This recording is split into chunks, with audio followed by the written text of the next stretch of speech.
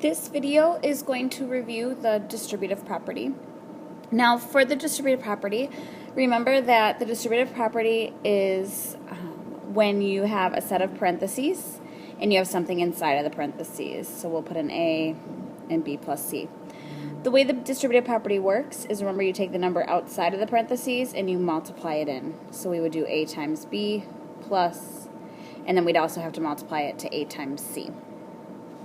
So the important things to remember when you're working with the distributive property is that when you multiply an x with an x, you get an x squared in the end, so two variables together like that make a squared. And also if you had a negative x times a negative x, then that turns out to be a positive. So when you multiply two negatives in the end, you get a positive. So just a couple tips to remember as we look at some examples. This first example is pretty basic. We've got 4 times x plus 1. So we need to do 4 times x, which is just 4x. And we need to remember to multiply 4 with 1, and we get just 4. So 4x plus 4 is the answer. There are no other like terms there to combine. When we try the next one, we'll do the same. Negative 3 times x is negative 3x. Negative 3 times negative 2 is positive 6. Remember, a negative times a negative would equal a positive. Moving ahead, we'll do the next one, very similar. We've got 3x times 2x. Now, in this case, the 3 and the 2 get multiplied together. So it's going to be 6x squared. And we'll have 3x times negative 1, which is just going to be negative 3x. Another one like that. Negative 4x times 8x. Now in this case, a negative times a positive is a negative, and 8 times 4 is 32. We also have to remember to multiply x times x, which is x squared.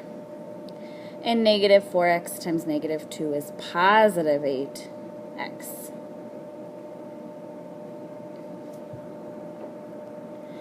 Now this next one is a little bit different. So notice that there's a 3 in front of the parentheses, and then this plus 2 here is outside the parentheses. That means the 3 is only being distributed to the things in the parentheses, not the 2 as well.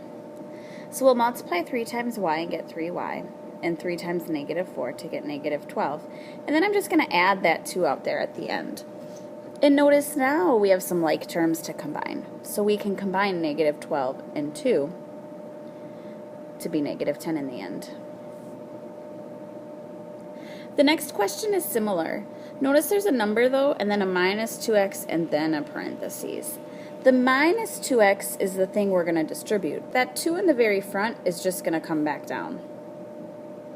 So I'm just going to bring that 2 down, and now I'm going to multiply. Negative 2x times x is negative 2x squared, and negative 2x times 1 is negative 2x. And then I still have this minus 4 floating out there, and I'll put that down. The last step here would just be to combine like terms. So when I do that, I've got negative 2x squared, negative 2x, and that negative 2 and negative 4 combine to be negative 2. So remember that the only thing that gets multiplied in is whatever is outside the parentheses.